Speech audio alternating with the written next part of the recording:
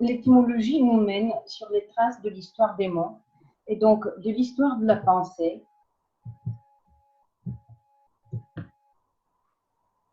Elle nous donne un aperçu du monde de l'homme ancien et de la manière par laquelle il perçoit tout ce qui l'entoure. Cela nous permet de découvrir des vestiges à travers lesquels ces idées primitives nous parviennent. Les mots désignant l'amour dans les langues indo-européennes anciennes seront classifiés en fonction de leur signification quotidienne. La recherche étymologique essaiera de faire une reconstruction historique de ce sentiment et de trouver ainsi des réponses à la vieille question qu'est l'amour. Est-ce une habitude, comme le témoigne le développement sémantique du proto-slave obojnoti, avoir l'habitude, qui prend en bulgare, obicham, la valeur d'aimer en tant que terme général. Avant de passer à l'analyse étymologique des termes d'amour, je voudrais rappeler le cas du grec ancien, qui est bien connu, mais particulièrement intéressant. Il existe 4 lexèmes principaux qui se rapportent aux différentes formes de l'amour, situation qu'aucune autre langue indo-européenne ne nous présente. Agapao, agapazo, qui chez Homère signifie accueillir avec affection et désigne l'amour universel. Eros, qui se rapporte le plus souvent au désir amoureux, à l'amour charnel, mais qui peut être employé au sens plus large comme complément de la bataille, la tyrannie, la richesse. Stergo, storgie, qui s'applique à l'affection familiale, à l'amour réciproque entre parents et enfants et qui peuvent s'employer au sens plus général, par exemple, aimer la vérité. Philos, philéo, d'après Chantraine, exprime non seulement une relation sentimentale, mais l'appartenance à un groupe social. Maintenant, nous allons voir l'évolution sémantique des mots désignant l'amour dans les langues indo-européennes anciennes.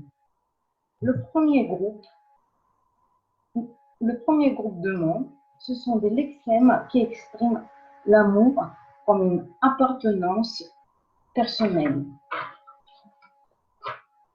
De la racine trei, avec une laryngale à la fin, descendent beaucoup de mots de plusieurs groupes de la famille indo-européenne signifiant aimer, cher ou ami, comme par exemple le sanskrit priya, cher, aimé,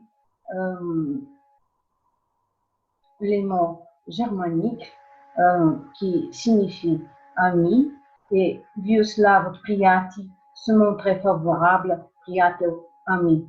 Selon Scheller et Benveniste, le sens premier de l'adjectif pieux est personnel, propre à soi.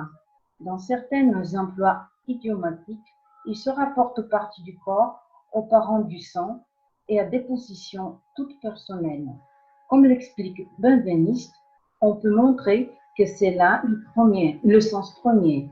Prius est l'adjectif de l'appartenance personnelle impliquant un rapport non juridique mais affectif avec le soi et toujours apte à prendre une coloration du sentiment de sorte que selon les cas, ils seront tantôt par sien propre, tantôt par cher aimé.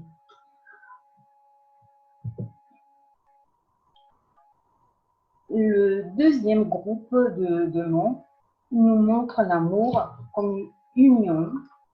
De la racine meich sont issues les formes baltoslaves, d'où est issu par exemple l'adjectif vieux-slave mil, digne de compassion, cher. Cette racine est bien attestée dans les langues indo-européennes et apparaît avec des élargissements différents. À ces mots sont apparentés aussi les lexèmes résultant de proto-slave mir, paix, calme, monde.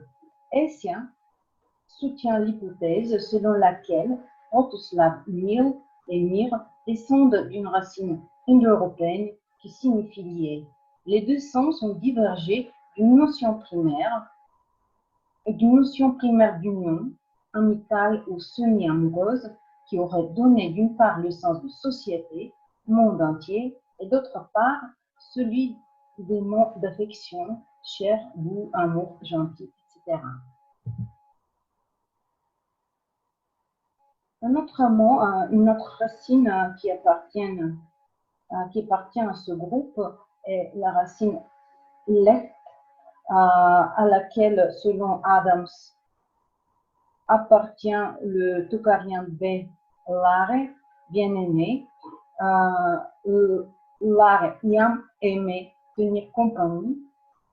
L'adjectif toucarien serait apparenté au mot slave provenant de lada, épouse, par exemple bulgare lada, fille en vêtements de mariage, vieux russe lada, qui est un apostrophe tendre à l'époux bien-aimé ou à l'épouse bien-aimée, russe dialectal lada, être aimé, surtout enfant. On compare traditionnellement ces mots à lycien lada, épouse. Ces mots slaves sont rattachés au proto-slave lad. Ces mots sont rattachés au proto-slave lad. La correspondance entre les lexèmes de l'anatolien, du toucarien et du slave témoignerait d'un développement sémantique qui est d'accord, compagnon aimé, époux, épouse. L'amour est conçu dans ces cas comme une vie dans l'entente, comme une union paisible. Le groupe suivant de mots nous montre l'amour comme attachement. Ici, par exemple, sanskrit snehate, qui signifie être onctueux, collé, et qui s'emploie aussi au sens figuré, s'attacher, éprouver de l'affection, aimer. Ce lexème provient de la racine indo-européenne de la neige, snake. Une autre racine, très bien attestée dans les langues indo-européennes, la racine deuxième laryngale ER, ordre, assemblée, joindre, fixer, apparaît avec des élargissements différents dans les langues indo-européennes et témoigne du développement sémantique divers. Par exemple, ara, ami, le grec ararisko, adapter, construire, artiuno, arranger, préparer, arrêter, excellence. Et ici, à mon avis, appartient aussi le vieux slave rad, joyeux. De cette racine sont issues aussi des formations ayant le sens d'être attaché, aimé, comme le toucarien art, toucarien A, art, et toucarien B, art, louer, aimer, être satisfait de, ou le grec artun. Le groupe suivant nous montre l'amour comme jouissance. L'élément latin diligo, diligere, aimer, distinguer, provient du verbe lego, choisir, prendre, préfixé par dis, marquant la division et la séparation. D'après Cicéron, diligo exprime une émotion moins intense que âme. L'ancien sens concret de diviser, couper, est conservé dans deux passages cités par Longinus. Selon Weiss, l'évolution sémantique serait takes apart for oneself and Joyce, loves. Un développement sémantique parallèle serait attesté en sanskrit où le verbe bhajati signifie diviser, partager à l'actif, mais au moyen bhajate prend le sens de divides for oneself, uses, enjoys, loves. Le changement sémantique, prendre sa part, recevoir un partage, se réjouir, est bien attesté, comme l'indique Weiss. Par exemple, dans le grec apolao, profiter d'eux, jouir d'eux, apparenté au vieux slave lov, chasse, loviti, chasser. Se basant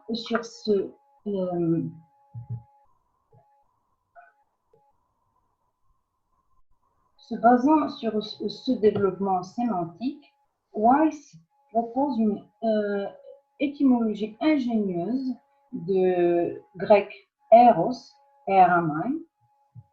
Il reconstruit une racine indo-européenne, première laryngale, E-R, deuxième laryngale, qui signifie diviser.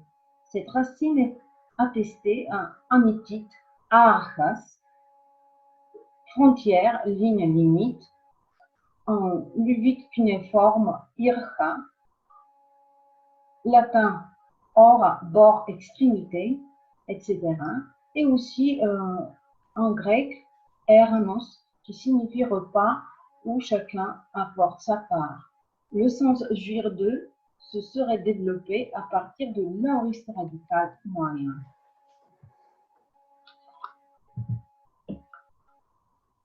Le groupe suivant nous montre l'amour en correspondant à l'action de penser à quelqu'un. Le toucarien tuk, tank, amour, continue un nom verbal issu de la racine indo-européenne, très bien connue, teng, penser, d'où les mots germaniques pour penser, cités ici sur cette diapositive. Nous pourrions envisager deux voies possibles de l'évolution sémantique: penser à quelqu'un, se soucier de quelqu'un, aimer, ou une deuxième voie sémantique, à penser à quelqu'un, désirer quelqu'un, aimer. Le vieux allemand Nina, moyen allemand Nine, amour, affection, le néerlandais Nine, etc. D'autres, nous voyons le sens d'amour attesté dans d'autres mots germaniques. Ces mots germaniques sont rattachés à d'autres formations, comme le gothique Gamund, souvenir, mémoire,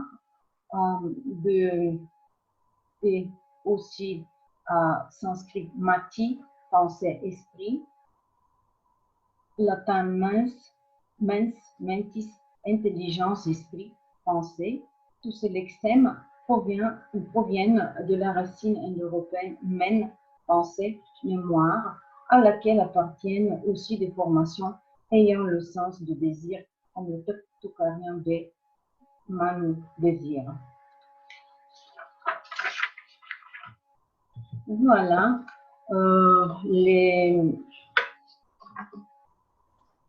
un groupe de mots, plusieurs racines indo-européennes qui nous montrent l'amour en tant que désir.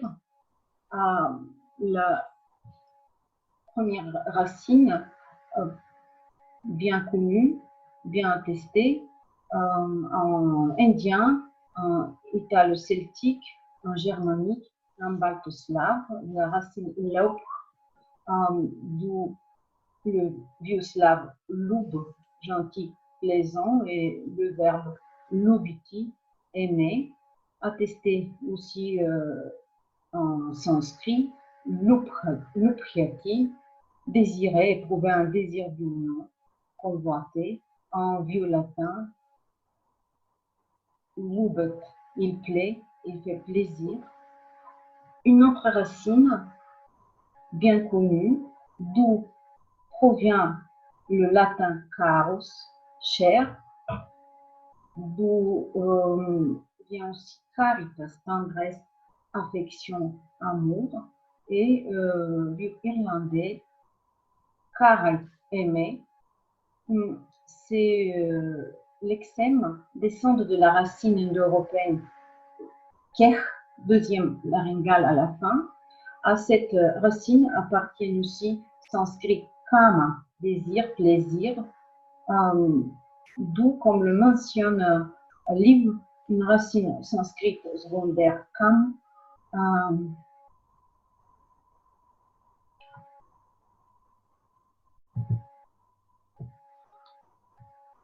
Une autre racine qui nous montre l'amour en tant que désir, la racine wen, aspirer, désirer, aimer, d'où prend son origine le latin Venus, et la déesse Vénus, amour, charme. Ce lexème est apparenté à sanskrit vanas, désir, vanati, désirer, vanoti, demander, aspirer, aimer, aimer bien, vanas, désir, vata, désirer.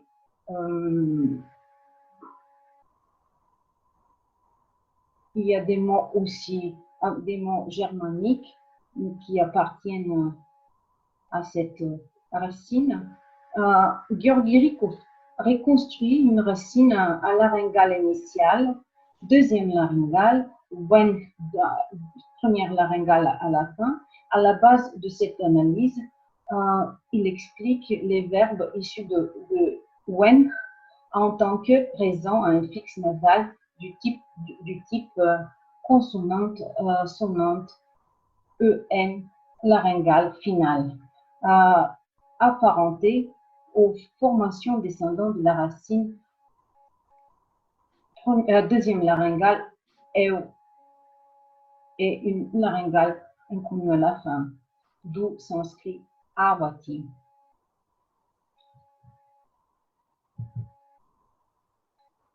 Le mot grec potos, désir de ce qui manque, désir ardent, amour, regret, potheo, désirer celui ou ce dont on se sent privé, est rattaché aussi au verbe pesastai, demandé par des prières.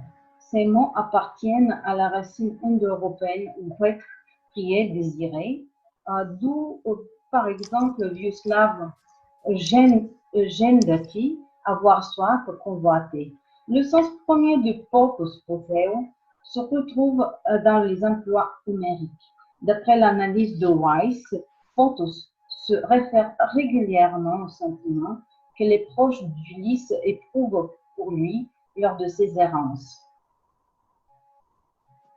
Dans l'hymne homérique d'Enneker, potos est le sentiment que la déesse éprouve pour sa fille enlevée. Le sens de désir sexuel de ce mot n'apparaît que dans le bouclier d'Héracle, daté du début du VIe siècle avant Jésus-Christ. Ainsi, à l'avis de Weiss, potos aurait signifié d'abord the act of praying, prayer, d'où se serait développé le sens de désir de quelqu'un ou de quelque chose qui manque.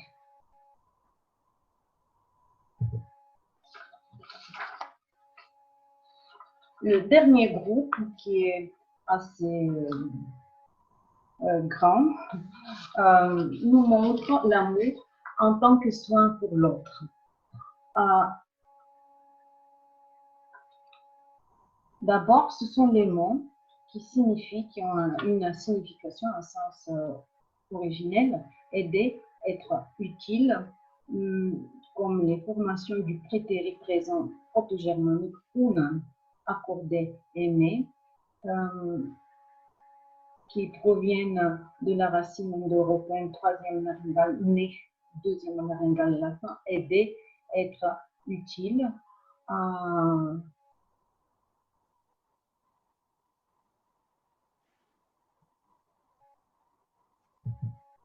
Un autre groupe de mots qui nous montre l'amour en tant que soin de l'autre et dans le sens premier est soin. C'est le lexème du irlandais qui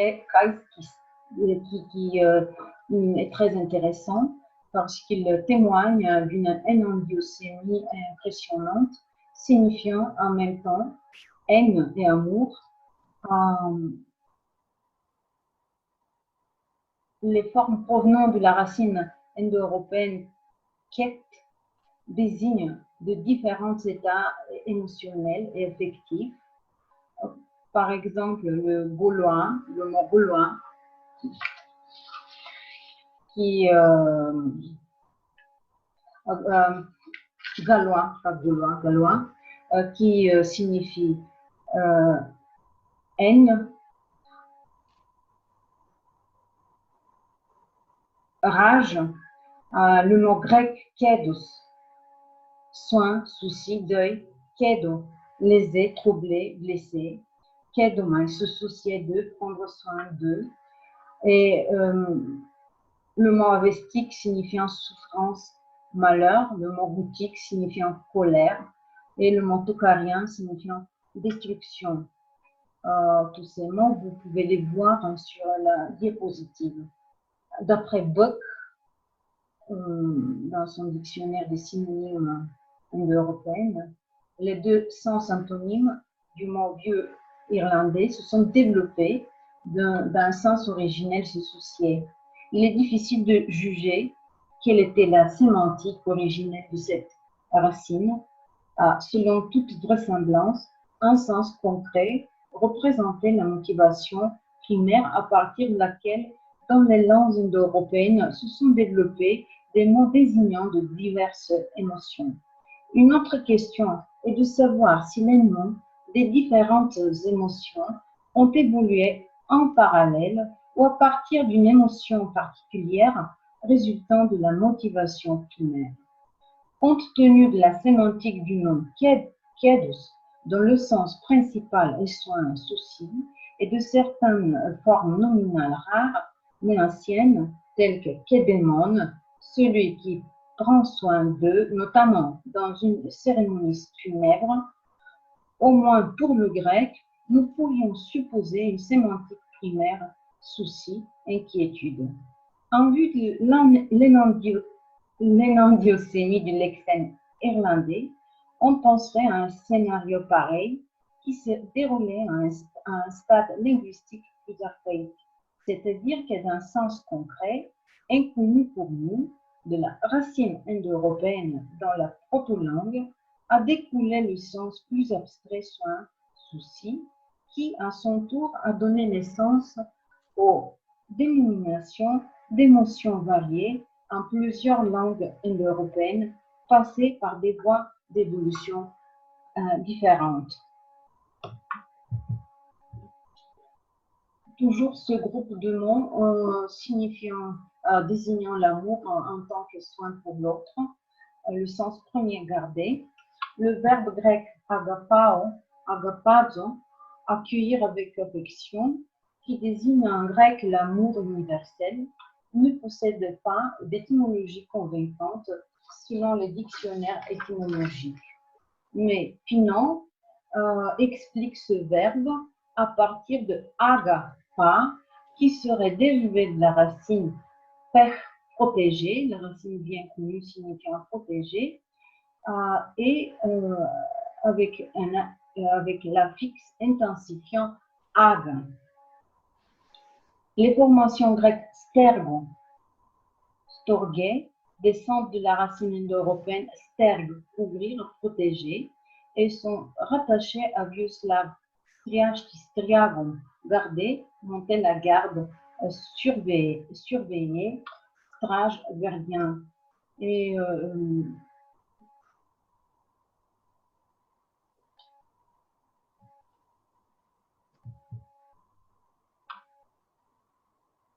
l'amour en tant que soin pour l'autre, sens premier, nourrir, élever. Voilà quelques mots germaniques. Le vieux islandais elsk, aimer, qui est un dérivé du germanique alan, élever. Comparons le gothique alan, élever, nourrir, du islandais ala, naître, nourrir, soutenir, de la racine indo-européenne, deuxième laryngale, et elle, nourrir, élever, d'où sont issus aussi latin alo, nourrir, alimenter, et vieux irlandais alid, nourrir, etc. Et le dernier mot que je voudrais vous présenter, une étymologie que je trouve très intéressante. C'est l'étymologie du verbe latin amo, amare, aimer, avoir de l'affection, qui est, selon Karpstein, est rattaché à la racine indo-européenne M, donc deuxième laryngale, EM, troisième laryngale à la fin, qui a le sens de saisir, s'emparer de. Selon l'avis d'Evin, dans son dictionnaire étymologique de la langue latine, le sens d'aimer se serait développé à partir de prendre la main, considéré comme ami.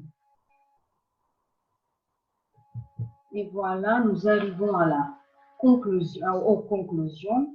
D'abord, c'est une table qui montre les notions de départ, les racines indo-européennes, éléments désignant l'amour dans les langues indo-européennes. L'analyse étymologique nous montre que la langue indo-européenne n'a pas transmis à ses descendants un lexème commun pour désigner l'amour.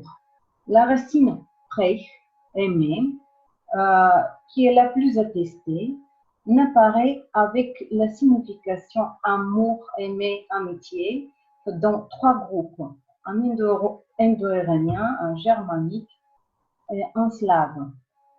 Trois autres racines sont attestées dans deux groupes au sens d'aimer, amour. Donc c'est leuch en germanique et en slave, kech en italique et en celtique, et meik en balte et slave. Dans les autres cas, la signification amour-aimer n'est attestée que dans un seul groupe ou dans une seule langue. Les 18 racines doulément signifiant amour-aimer dans les différentes langues indo-européennes sont issues, peuvent être classées dans trois grands groupes selon leur sémantique originelle.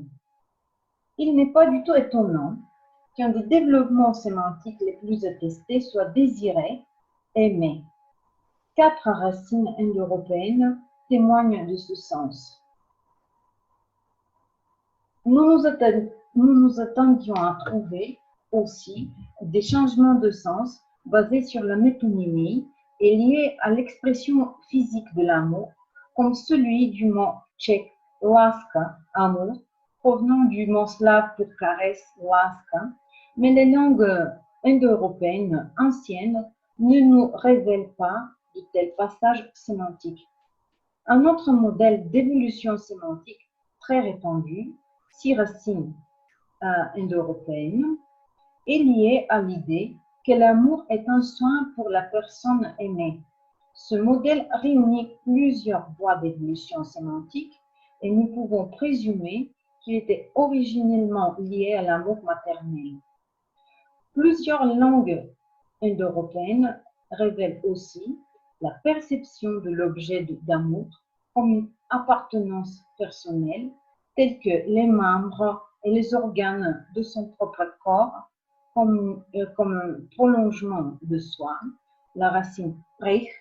L'autre n'est pas conçu comme une altérité, mais comme une partie de soi, quelque chose qui manque et auquel on s'unit, auquel on s'attache pour acquérir son intégrité.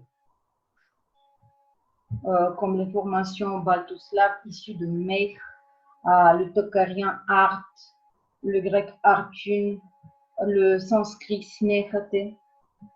Deux autres formations, eros et diligo, représente l'amour comme relié à la jouissance, mais une jouissance qui consiste à prendre sa part, prendre quelque chose pour soi. L'évolution sémantique de la racine reich aimé, d'où est issu l'adjectif prime, exprimant l'appartenance personnelle et impliquant un rapport affectif au soi, est l'illustration la plus éloquente de l'identification de l'autre à soi. Ce rapport d'identification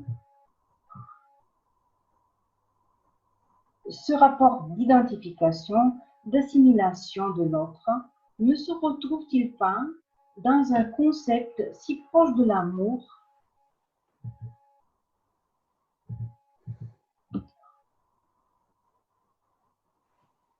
Donc, le concept de l'ami, du compagnon.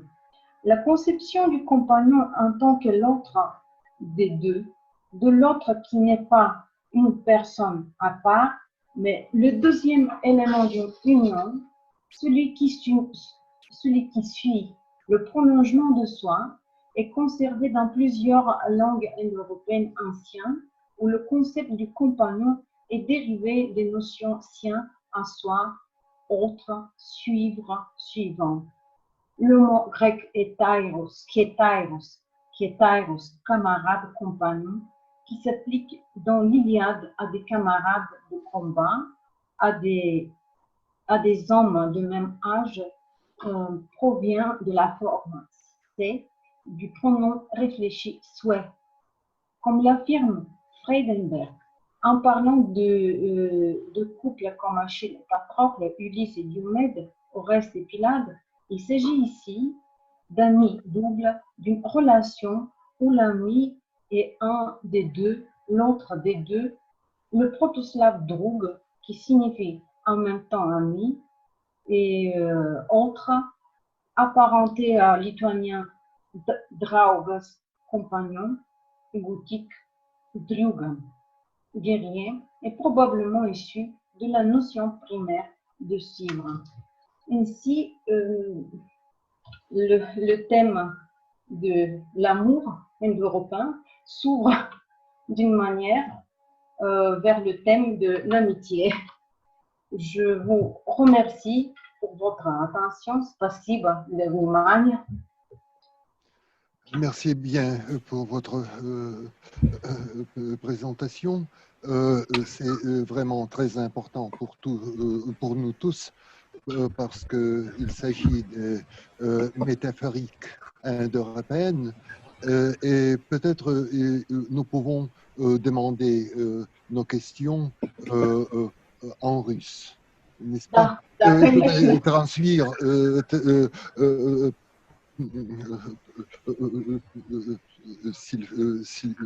si nous aurions nécessité. Кто хотел бы задать вопрос или что-то сказать, пожалуйста? Потому что доклад исключительно важен и интересен, не потому что мы должны 120 праиндоевропейских любвей восстанавливать, а это пути метафорического происхождения вот этого значения любви. И на широком материале текстов, в том числе чуть ли не современных, те, кто помнит Окуджаву, когда страсть Морозова схватила своей мозолистой рукой, мы понимаем, что страсть имеет свою этимологию, которая здесь упоминалась, рука упоминалась в связи с другой этимологией и так далее. То есть вот вся эта метафорическая ситуация, хочется сказать, она присутствует и, может быть, во многих случаях подтверждена текстами или не подтверждена. Есть ли вопросы? Если вопросов нет, тогда можно я задам вопрос. Очень да, конечно. Очень частный. Это насчет приятеля. Вот у нас, как бы у верующих, часто вызывает соблазн церковнославянское выражение «постприятный», который, на самом деле, которое передает греческое «дектос». Ну и приятный — это приставка «при» и корень «ем», «ять», ну, Вот, поэтому некоторые сомнения по поводу того, что это имеет какое-то отношение к санскриту. Мне не встречалось таких возражений. Пожалуйста, профессор Михайлова, встречались ли вам возражения против сопоставления санскритского приятия и Нет, русского? никогда я не встречала. То есть, на самом деле, здесь, конечно, есть над чем подумать, потому что, как говорил Абаев, фонологическое тельце слишком тощее, потому что Нет, при это приставка, да? А нет, для корня можно вклиниться. остается слишком мало места. Николай Николаевич, можно вклиниться в дискуссию? Алло, меня слышно? Конечно, Да. конечно, да. Алло, смотрите, дело в том, что это приятель и приятное, это просто никак не связанные между собой слова. Приятель – это действительно производное глагола «приятие», он же есть в старославянском, там никакого носового нет. Там при это и есть корень, как бы. И это украинский глагол «сприяти», то есть помогать, способствовать. А приятный действительно герундив от глагола «приять» или «принять», то есть «приемлемый». Это просто такая паронимия, доходящая до, как сказать, до полного смешения в русском языке, но это, конечно, две разных вещи. Ну, в смысле, приятель не образовано от приять никак. Оно образовано от того приять, которого нет в русском языке, а есть в украинском «сприяты». Сергей Григорьевич, а кто-нибудь об этом писал, потому что всем нам интересно? Не знаю, но это же лежит на поверхности, потому что... Нет, оно вот ляжет на поверхность, когда вы об этом напишете. Ну, хорошо, не знаю. Ну, была же продемонстрирована украинская, прошу прощения, старославянская форма, которая исключает, ну, как бы... Да. Хорошо, Пожалуйста, я понял. Александр Юрьевич. Я вот сейчас посмотрел у Фасмара, тут слова Фасмара, там написано, что приятель и прияч – это вот однокоренные слова, а у Черных там действительно есть этимология вот с этим самым, с немецким и с санскритским. То есть как бы здесь есть такая вот полемика. У Фасмара нет, вообще связь никакой не указывается, только приятие, приязнь и все.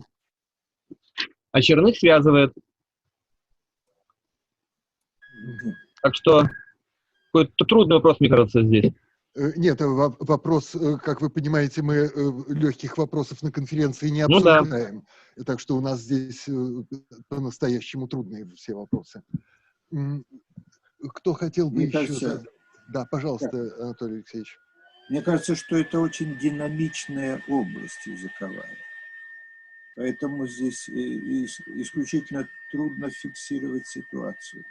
Может быть, смотрите, какое-нибудь сельскохозяйственное производство, в последние там 200 лет меняется. Там очень легко находить устойчивые явления в языке. А область, вот эта, о которой мы говорим, она совершенно не опирается ни на какие критерии, ни на социальные, ни на технические. А межязыковое воздействие с разрушением фольклора, скажем, где могла быть устойчивость, правда ведь? В фольклоре могла быть устойчивость какой-то вот этой сферы языковой. Взаимодействие фольклора. Вот, то есть нужно связать с жанрами, в которых эта лексика функционирует, и где и соответствие ее, динамизм этого круга слов и динамизм соответствующих литературных форм. Вот это интересно, конечно. Простите, пожалуйста, а почему в фольклоре вы считаете, что могла бы быть какая-то устойчивость? Мне кажется, напротив. Фольклорные тексты предпочитают метафорические употребления, метаописания, и фольклорных текстов многих народов, в которых, конечно, большое место занимает тема любви, но и она обозначается совершенно по-разному. Поэтому мне кажется, фольклор, да, даст огромное количество материала, но материала принципиально не такого, на который можно было бы опереться для индоевропейской реконструкции. Татьяна Андреевна, у нас нет другого материала. Да. Ну, раз уж... Можно Есть я еще... слова у нас очень... Скажите, пожалуйста, я пропустила слово корень кар, латинский карус, дорогой, обсуждался? Да, обсуждался. Обсуждался как «ке» второй ларингальный. Угу. Можно тогда, раз уж зашла Да, речь о пожалуйста. фольклоре, я выскажу докладчице некоторое сожаление, я думаю, что ко мне присоединятся некоторые присутствующие, что не были разобраны некоторые корни, один из которых, в частности, запрещен Роскомнадзором. Вот. И вообще, как бы, это, ну, они хорошо представлены в древних языках, там, в частности, запрещенный Роскомнадзором корень есть в санскрите и в греческом. Вот. Ну, и конечно, вообще, как есть. бы, и вообще, конечно, это было бы очень интересно, потому что в том числе и в аспекте того, что было табу, или стало табу, и вообще как бы, как это противоставлено, ну, все, что было в докладе, это большой очень материал и довольно интересный, и часть этого, наверное, действительно метафорические употребления, вполне каких-то, ну, геометрических каких-то, не знаю, движений каких-то и так далее, а часть действительно, ну, уже, возможно, как-то относятся к чувственной сфере, ну, чувственной в смысле, что к органам чувств и всякого такого. И вот это было бы очень интересно сопоставить с тем, что у нас есть, что у нас уцелело, как бы, несмотря на табу, в современных языках, или вот в древних языках, или в латыни, в той же самой и так далее. Вот это было бы очень интересно. Я надеюсь, что докладчица этим не пренебрежет. Спасибо, Сергей Григорьевич. Профессор Михайлова, хотите ли вы что-то ответить, или я могу еще один вопрос задать? Да, прежде чем вы я хочу поблагодарить. Тогда, если можно, я задам свой вопрос, который продолжит вот то, что вы слышали в качестве дискуссии. Немножко хватало обращения к текстам. Самое древнее, вот вы сказали, что греческое «филос» связано с социальной группой, в первую очередь. Но самое древнее употребление этого корня присутствует уже в микенском имени Филопатра. И я здесь абсолютно не вижу никакой социальной группы. Я вижу просто любовь к отцу и никакой социальной группы. То есть вот эту проверку по текстам, до какой степени простирается семантический переход, семантика слова, конечно, очень и очень хотелось бы посмотреть более детально. Но большое вам спасибо за то, что вы собрали вот все это воедино и натолкнули всех нас, безусловно, на какие-то размышления, которые каждому из нас будут полезны, а может быть и всем нам вместе. Кто хотел бы еще что-то задать, какой-то вопрос, прежде чем... Тогда, если нет, тогда, пожалуйста, профессор Михайлова, у вас есть возможность заключить. Вы можете это сделать по-французски.